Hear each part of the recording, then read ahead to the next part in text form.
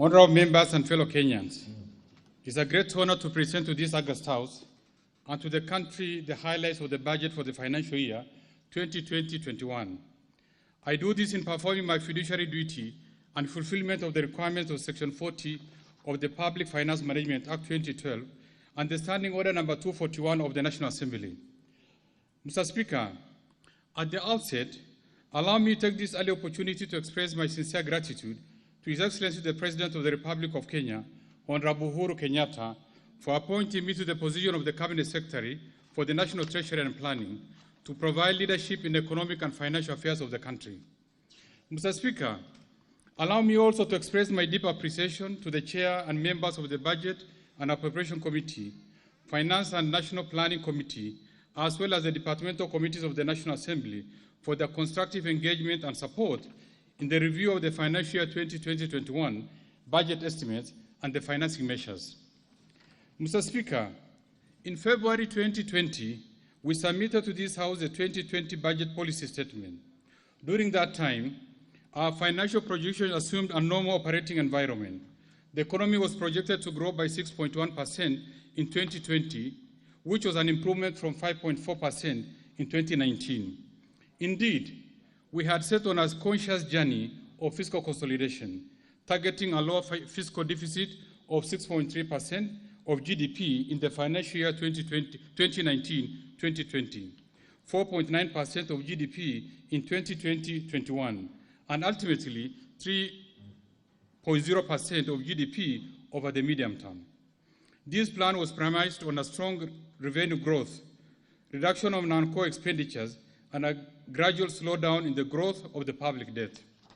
Mr. Speaker, you may recall that early in the year, this House considered our proposals and approved the economic and financial strategies in the 2020 budget policy statement.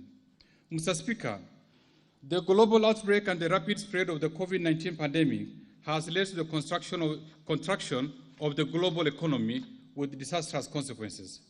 The pandemic and the attendant containment measures aimed at saving lives have disrupted the business environment, including international trade, leading to loss of livelihood for millions of people globally.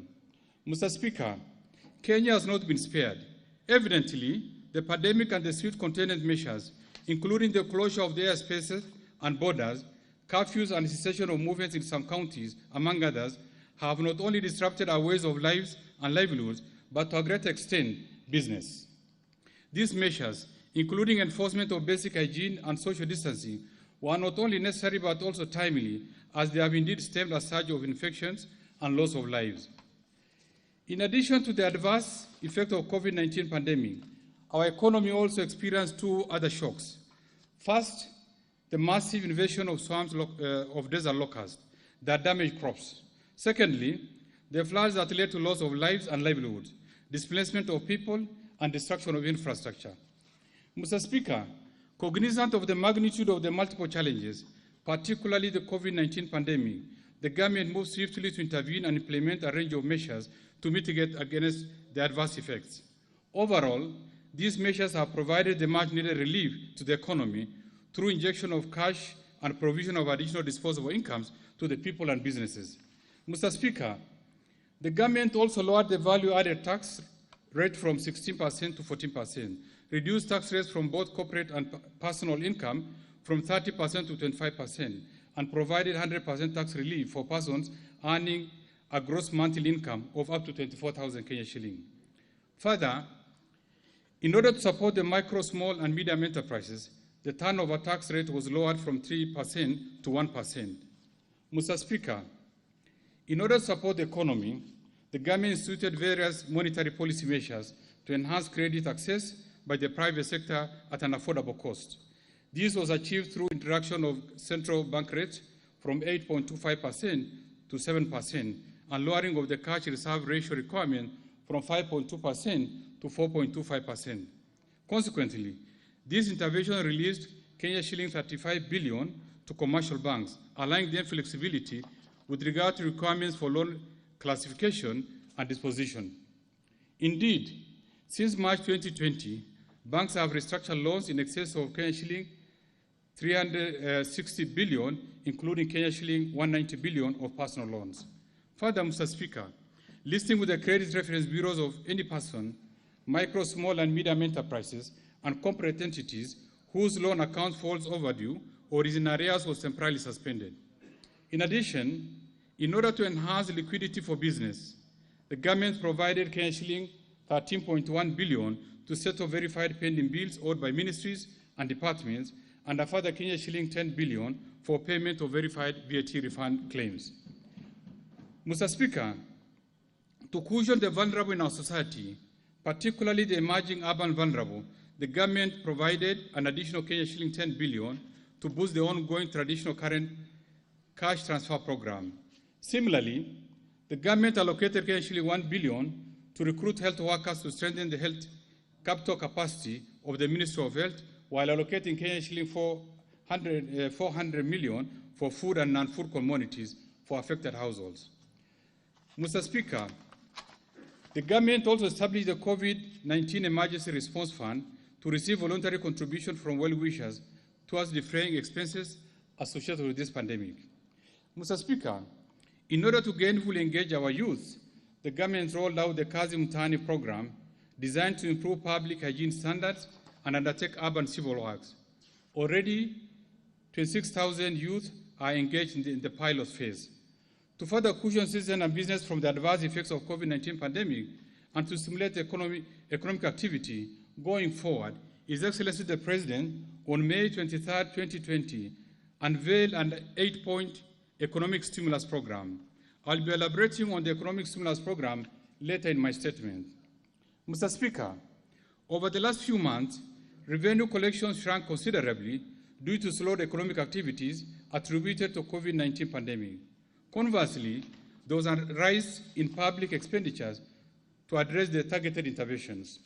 In light of this, the government reached out to the multilateral and bilateral development partners for additional funding. Indeed, the response from the development partners was prompt and also generous.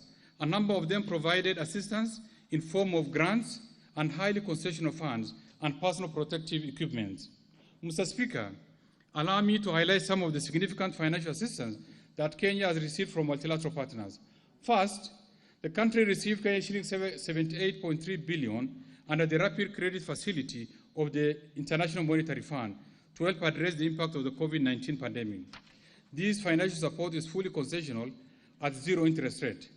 Second, we received Kenya shilling 108 billion from the World Bank under the second development policy operation as both budgetary support and extra resources to help fight the pandemic. At the initial phase of the COVID-19 outbreak, the World Bank extended support of Kenya shilling 6.8 billion under the contingency emergency response to the Ministry of Health for prompt preparation and response. Mr. Speaker, the government has also received Kenya shilling 22.5 billion from the African Development Bank as a concessional loan, an additional Kenya shilling 7.5 billion commitments from the European Union in form of grants. With this support, Mr. Speaker, will not only strengthen our healthcare systems with the requisite equipment, supplies, and medical personnel to respond to the pandemic, but also fund other critical interventions in the budget. We express our sincere gratitude to our bilateral development partners and multilateral institutions for standing with us during this challenging time. Mr. Speaker, the financial year 2020-21 budget responds to the current challenges facing Kenyans, businesses, and the economy at large in the wake of COVID-19 pandemic. It's in this context that we have chosen the theme for this budget as stimulating the economy to safeguard livelihoods, jobs, businesses, and industrial recovery. The theme underscores our determination to protect lives and livelihoods and cushion vulnerable citizens against the adverse effects of COVID-19. This is further expected to create and protect jobs, stimulate industrial growth, and ultimately steer economic recovery.